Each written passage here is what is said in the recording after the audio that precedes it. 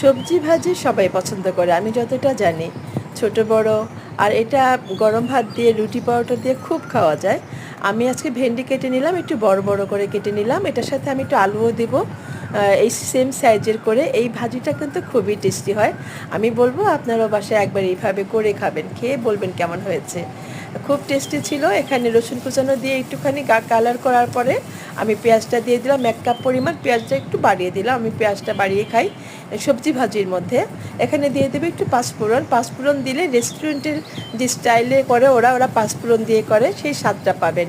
আর রেস্টুরেন্টে গেলে কিন্তু সবাই খেতে পছন্দ করি ভাজি, একটা কারণে ওনারা পাঁচফোড়ন ব্যবহার করে, ওনারা হচ্ছে টেস্টিং সল্ট ব্যবহার করে, যেটা আপনারা বাসায় ব্যবহার করলেই কিন্তু আমরা এরকম করে রেস্টুরেন্টের স্বাদেই আমরা করে খেতে পারি। তো আমি এখানে আলুটা দিয়ে একটু ভেজে নিলাম, তারপরে একটু গোল্ডেন কালার আসার পরে আমি হচ্ছে ভেন্ডিটা দিয়ে দিলাম। ভেন্ডিটা দিয়ে আমি এটাকে সুন্দর করে একটু কষাবো, একটু ভেজে নেব এপাশ ওপাশ করে, যেটা একটু ভেজা ভেজা হবে, একটু সুন্দর হবে। একটু নরম হয়ে আসার পরে অল্প করে একটু শুকনো মরিচ, একটু হলুদ গুঁড়ো, ধনে গুঁড়ো, জিরার গুঁড়ো, একটু আদা রসুন বাটা অল্প অল্প করে দিয়েছি।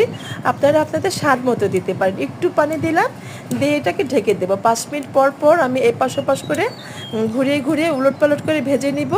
এতে করে দেখবেন ভাজিটা অনেক টেস্টি হবে। ঢেকে ঢেকে ভেজে দিবেন। আর এটার মধ্যে তেমন কিছু লাগবে না, এমনিতেই সহজেই হয়ে যাবে। দেখেন কত সুন্দর হয়ে গেছে। আমি একটু কাঁচামরিচ, একটু ধনেপাতা দিয়ে দিলাম লাস্টে। এটা একটা স্ট্রং ফ্লেভার পাওয়া যায় কাঁচামরিচ দিলে।